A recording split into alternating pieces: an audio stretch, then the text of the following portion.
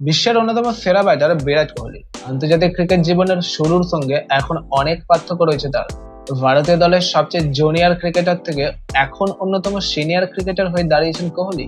এক সাক্ষাৎকারে প্রথম বিশ্বকাপ খেলার অভিজ্ঞতা জানিয়েছেন কোহলি। সো আপনিও যদি জানতে চান বিরাট কোহলির প্রথম অভিজ্ঞতার কথা, তো ভিডিওর সঙ্গে শেষ পর্যন্ত জুড়ে থাকুন। ভিডিও শুরু করা যাক। 2011 সালে প্রথম একদিনের বিশ্বকাপ খেলেছিলেন কোহলি। মহেন্দ্র সিং ধোনির নেতৃত্বে সেই শেষবার বিশ্ব চ্যাম্পিয়ন হয়েছিল ভারত। সেবারের অভিজ্ঞতা নিয়ে কোহলি বলেছেন, ঢাকায় বাংলাদেশের বিরুদ্ধে আমি প্রথম ম্যাচ খেলেছিলাম। মিথ্যা বলবো না, সেই ম্যাচের আগে আমি প্রচন্ড চাপে ছিলাম, বলতে পারেন ঘাবড়েই গিয়েছিলাম। একই সঙ্গে মনে বিশ্বকাপ খেলার একটা উত্তেজনাও ছিল। সেই দলে আমি সবার থেকে ছোট ছিলাম, ভারতীয় ক্রিকেটের বড় নামেরা ছিল সেই দলে, তাই আমি একটু বেশি চাপ অনুভব করছিলাম প্রথম ম্যাচের আগের রাতে। মনে হয় এটা স্বাভাবিক ছিল। এরকম চাপের একটি ভালো দিকও আছে বলে মনে করেন কোহলি। তিনি বলেছেন, এটার একটা ভালো দিক আছে, একটা নতুন পরিস্থিতির সঙ্গে মানিয়ে নেওয়ার জন্য শরীর প্রস্তুত হওয়ার সময় পায়, সচেতন থাকা যায়, কোনো কিছু সহজে নেওয়ার মানসিকতা তৈরি হতে দেয় না।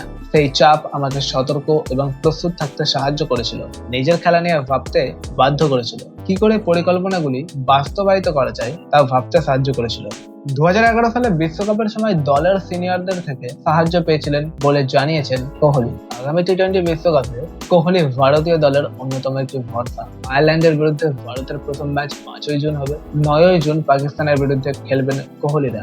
তো ভিডিওটি যদি ভালো লাগে একটু লাইক করে দিন এবং চ্যানেলে যদি নতুন থাকেন চ্যানেলটি একটু সাবস্ক্রাইব করে পাশে থাকা বেল আইকনটি অন করে দিন।